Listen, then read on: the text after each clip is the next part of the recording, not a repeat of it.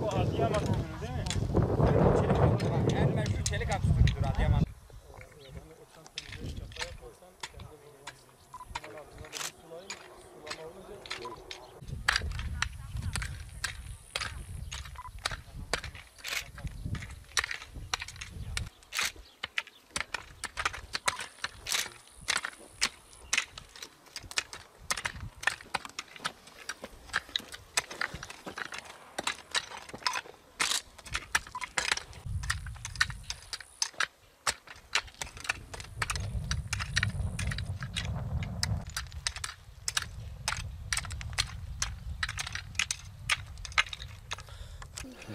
Şu an işte tütünle, hayvancılıkla, bahçeyle uğraşıyoruz.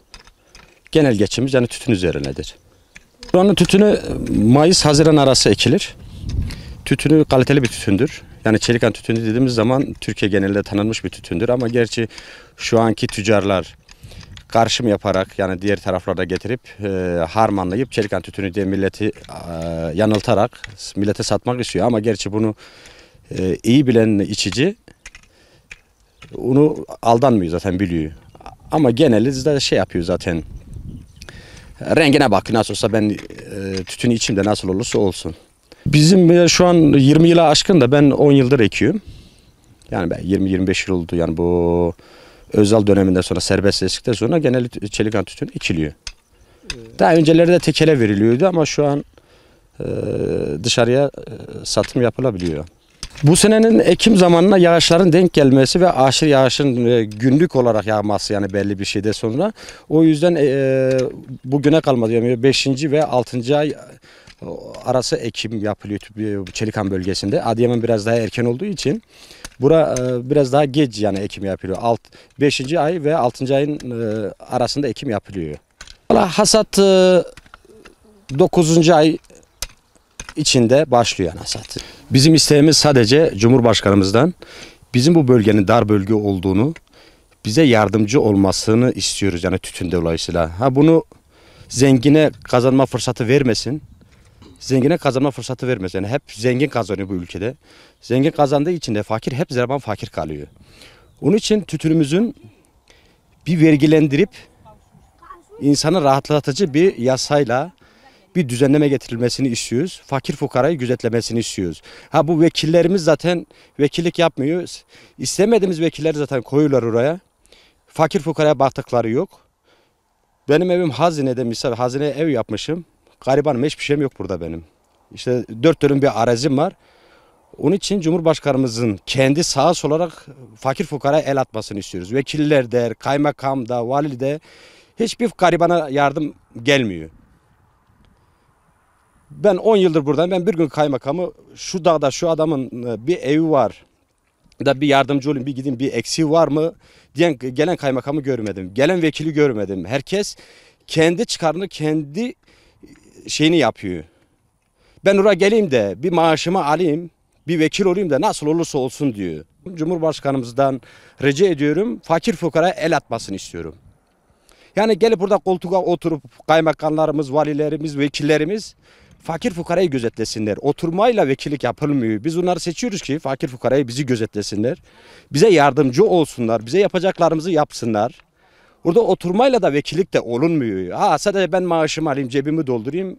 Bu fakir orada ne yaparsa yapsın. Umrunda değil. Zenginler zaten olduğu kadar bu ülkede zengin oluyor. Fakir de fakirleşiyor. Çünkü fakirin sahibi yok. Zengin her zaman sahibi vardır. Parası olduğu için zenginin sahibi oluyor. İşte burada reçberlik yapıyoruz. İşte yazın buradayız. Kışın Malatya'ya gidiyoruz. Yani geçen sene yaptığımız tütünü daha satamadık. Daha içeride bekletiyoruz.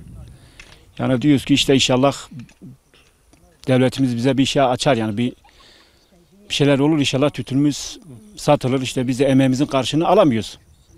Yarısını çürüttük, yarısını attık. İnşallah bu sene değil inşallah olur.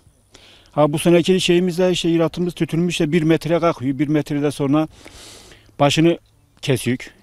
Kestikten sonra bir hafta sonra biz dip derik. Dibini alırız. Ondan sonra ipe saplarız. Ondan sonra asarız, kurur. Ondan sonra belli bir 15-20 gün sonra dörmeye başlarız. Orana dörerik. Çünkü önce bıçağına diliydik. Şimdi o biraz masraflı olduğu için elimizle yoluyuk. Yolduktan sonra tekrar geri burada çuvallara bırakırız. Çuvaldan sonra motora yüklerik. Motordan sonra köye götürürük. Köyden tekrar geri sırtımızla taşırık. Ahırdan sonra kucak kucak baskı şey yaparız. Kürsü yaparız. Ondan sonra bir 3 gün bekleriz. Olmasını bekleriz. Tam sarılık olduğu zaman böyle elimizle kontrol ederiz. Olduktan sonra tekrar geri kürsüyü kucak kucak getirip önümüze ipe saplarız. Elimizde cağın şeyine ip şey yaparız. Ondan sonra saplattan sonra tek tek geri götürüp iskele yapmışık. İskele tek tek asarık. Bu belli bir süreden sonra kuruduktan sonra üstüne çadır çekiyoruz. Kuruduktan sonra tekrar geri yağmuru bekliyoruz. Yani yaşı kuruyu geri ıslatıyoruz. İşte bizim meziyetimiz, bizim cafamız bu. Bizim geçim kaynağımız budur işte. Başka bir gelirimiz yok. İşte iki tane bir hayvanımız var. İşte başka bir şeyimiz yok. Ya benim hayvanım da yok. Ben 3 ay 5 ay buradaydım. İnan ki daha yani geçen sene yaptığım şeyi tütünü satamadım. Geçen sene 10-15 milyar masraf ettik. Daha bir kuruş yerimize bırakmamışık. Bak bu sene bu paramız yoktu. Akbun da bırakmadık tarlaya. Tarlaya akbun da bırakamadık. Ne oluyor? Buna akbun girmedi mi olmuyor. Şimdi hayvan gübresi atmaz zaman tütün olmuyor. Şimdi gübrede fazla şu sulu gübre attığı zaman da olmuyor. Tütün renk çıkmıyor. Yeşil oluyor.